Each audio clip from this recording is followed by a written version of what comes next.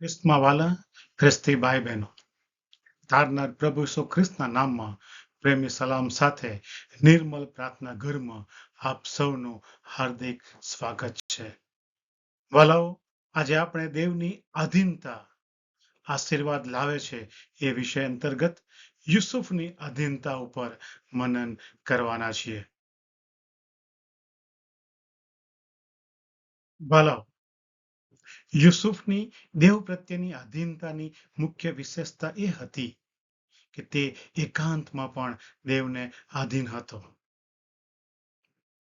આજે આપણી આસપાસ ઘણા લોકો જાહેરમાં લોકોની સામે ખૂબ ધાર્મિક દેખાય છે, પરંતુ એકાંતમાં તેમના જીવન ખૂબ શરમ અને પીટકાર ઉપજાવે તેવા ભ્રષ્ટ અને પાપી હોય છે. યુસુફનું જીવન આપણને કેવળ બહારથી જ નહીં પણ અંદરથી પણ આપણને સારું જીવન જીવવા અને દેવને માન આપવા પ્રેરે છે. યુસુફ મિસરમાં એકલો હતો. મા બાપ, ભાઈ બહેન, પરિવાર કે સમાજ કે ધર્મના કોઈ લોકો તેને ત્યાં જોનાર ન હતા. તેને જો કોઈ જોનાર હતું તો તે માત્ર યહોવા બાપ જ હતા અને યુસુફ તેવા પ્રદેશમાં પણ દેવને આધીન રહે છે. વાલાઓ, યુસુફના જીવન વિશે આપણે અભ્યાસ કરીએ તો ઉત્પત્તિના પુસ્તકના 37મા અધ્યાયની શરૂઆતમાં આપણે જોઈએ છીએ કે યુસુફ યાકૂબનો ડાયો અને કયાગ્રો દીકરો હતો. તે દેખાવે ખૂબ સુંદર અને સ્વરૂપવાન હતો, સાથે જ્ઞાની અને પ્રબુદ્ધ પણ હતો.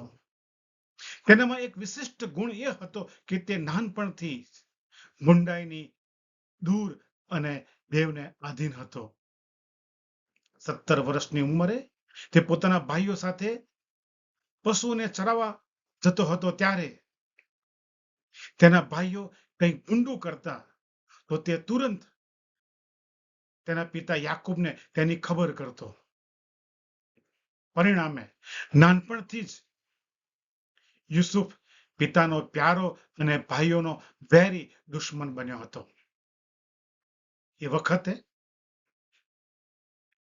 એક વખત પિતા યાકૂબ તેને માટે રંગબેરંગી જબ્બો બનાવડાવે છે અને આ કારણે તેના ભાઈઓ તેની ઈર્ષ્યાથી જુએ છે અને તેનો દ્વેષ કરે છે. અને ઉત્પત્તિ 37ના અંત ભાગમાં જોઈએ છે તે પ્રમાણે યુસુફને તેના ભાઈઓ દગો કરીને તેને ઇસ્માઇલીઓને 20 રૂપિયામાં વેચી દે છે. અને ઉત્પત્તિના 37મા અધ્યાયની અંતિમ કલમમાં આપણે જોઈએ છીએ કે મિસરમાંના હારૂનનો સરદાર પોટીફાર, જે રક્ષકોનો અધિકારી હતો, તે તેને વેચાતો ખરીદે છે. આ પોટીફારને એક ખૂબ સુંદર સ્વરૂપવાન પત્ની હતી.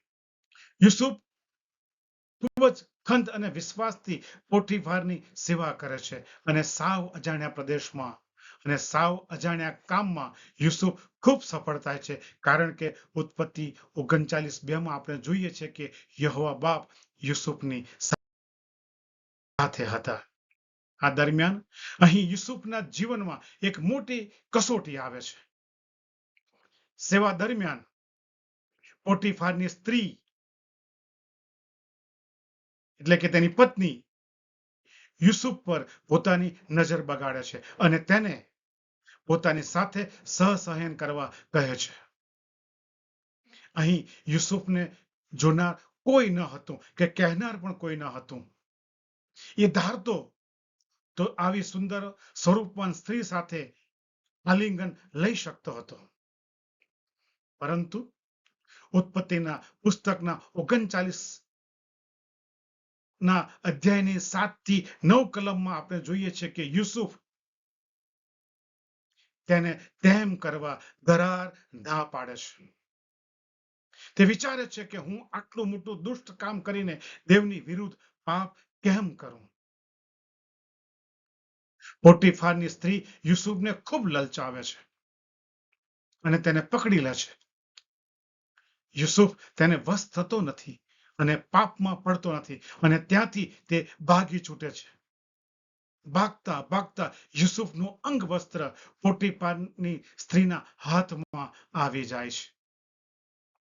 શરમ અને પાપમાં ગરકાવ પોટીફારની સ્ત્રી પોતાનું પાપ છુપાવવા યુસુફ પર જાતીય સતામણીનો આરોપ મૂકે છે અને પોટીફાર સામે તેને ગુનેગાર સાબિત કરે છે. હવે યુસુફને રાજાના કેદખાનામાં કેદ કરવામાં આવે છે.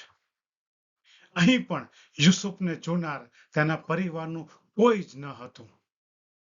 પણ યુસુફ દેવની ભીખ રાખનારાઓમાંનો એક હતો.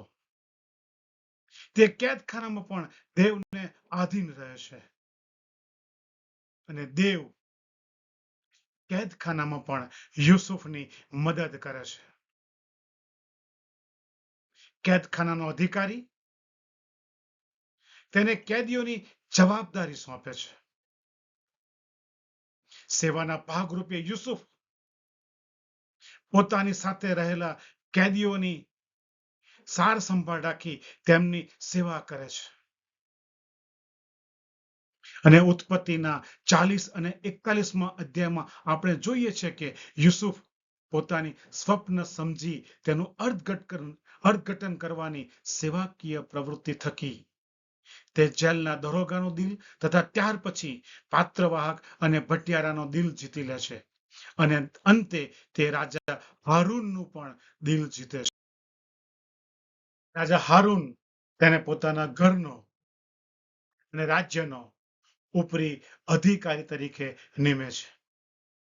આ સમયે પણ યુસુફ દેવની આધીનતામાં રહે છે અને દેવ તેને તેના ભાઈઓ તથા પિતા સાથે તેનું પુનઃ મિલન કરાવી આપે છે. વાલાઓ, આ બધા આશીર્વાદો પાછળ એક જ બાબત એ હતી કે યુસુફ સર્વ પ્રકારે સર્વ રૂપે દેવ બાપને આધીન હતો. વાલાઓ, બાઇબલનું આ પાત્ર યુસુફ આપણને શીખવે છે કે એકાંતમાં પણ આપણે પવિત્ર રહીએ. લાલચ સામે આપણે ક્યારેય બહાના ન બનાવીએ અને પાપથી દૂર રહીએ. જીવનમાં ક્યારેય કોઈની સાથે અન્યાયમાં પણ કડવાશ ન રાખીએ. કેદખાના જેવી ગમે તેવી વિકટ પરિસ્થિતિ કેમ ન આવે, પણ સદા આપણે દેવને આધીન રહીએ. કારણ કે દેવ ક્યારેય આપણને છોડતા નથી. તે સદા આપણી સાથે હોય છે. કોઈ જુએ કે ન જુએ, તે આપણને અચૂક જુએ છે. માટે સદા દેવનો ભય રાખીને અને દેવને આધીન રહીએ. વાલાઓ, આધીનતા એટલે કેવળ બહારની જ આધીનતા નહીં, અંદરથી એટલે કે અંતર આત્માથી આંતરિક રીતે પણ આપણે દેવને માન આપનારા બનીએ. સતત પ્રાર્થનાઓ કરવી, ઉજળા વસ્ત્રો પહેરી ઉપવાસ કરવા, સારા સેવાના કામ કરવા, એ બધું બહારથી સેવા છે. પણ એકાંતમાં પણ દેવ સાથે પ્રાર્થનામાં લાગુ રહેવું, લોભ લાલચમાં ન આવતા પાપથી દૂર રહેવું અને દેવની આજ્ઞાનું પાલન કરવું, એ જ સાચી આધીનતા છે. વાલાઓ, દેવ બહારનું દેખાતું જીવન નહીં, પણ તે આપણું આંતરિક જીવન જુએ છે. સંત યોહાન પોતાના 4થા અધ્યાયની 24મી કલમમાં આપણને ખૂબ સરસ શિખામણ આપતા કહે છે કે દેવ આત્મા છે અને જેઓ તેને ભજે છે તેઓએ આત્માથી તથા સત્યતાથી તેનું ભજન કરવું જોઈએ. વાલાઓ, આજે ટીવી મોબાઈલ અને માસ મીડિયાના જમાનામાં આપણે જાણે અજાણે ઘણા અંધકારના પાપ કરી બેસીએ છીએ. છાના છપના એકાંતમાં કરેલા એ પાપ એક વખત અચૂક છાપરે ચડીને પોકારે છે અને તે આપણને નાશમાં લઈ જાય છે. આપણે ક્યારેય ન ભૂલીએ કે દેવ અત્ર તત્ર સર્વત્ર આપણને જુએ છે. વાલાઓ, સાચો આધીન માણસ દેવને એકાંતમાં પણ આધીન રહે છે અને જે દેવને આધીન રહે છે તે દેવના રાજ્યમાં ગૌરવ પામે છે. આજે આપણે જાતને પૂછીએ વાલાઓ, શું હું એકાંતમાં પણ દેવને માન આપું છું? શું હું જ્યારે મને કોઈ જુએ કે ન જુએ, એટલે કે હું એકાંતમાં હોઉં ત્યારે પણ શું હું પવિત્ર રહું છું? શું હું મને અન્યાય થાય ત્યારે પણ દેવને આધીન રહું છું? શું હું કેદખાના જેવી કઠિન પરિસ્થિતિમાં પણ દેવ પર વિશ્વાસ રાખું છું? જો નથી, પાછા વળવાની જરૂર છે.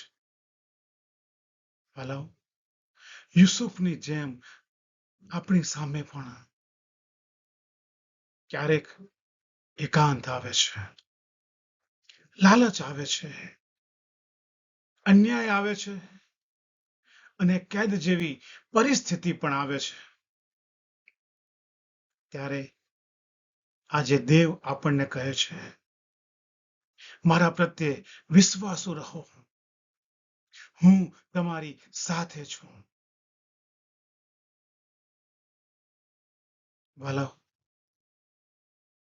ચાલો આજે આપણે નિર્ણય કરીએ કે આપણે માત્ર લોકોની સામે જ નહીં, પરંતુ એકાંતમાં હોઈએ ત્યારે પણ દેવને આધીન રહીએ. પ્રભુ પિતા આપણને તેમ કરવામાં સહાય અને મદદ કરે. વાલાઓ, આવો આપણે પ્રાર્થના કરીએ. હે આકાશવાસી, સૈન્યોના દેવ યહોવા બાપ, યુસુફની જેમ અમને એકાંતમાં પણ તમને માન આપનારા બનાવો.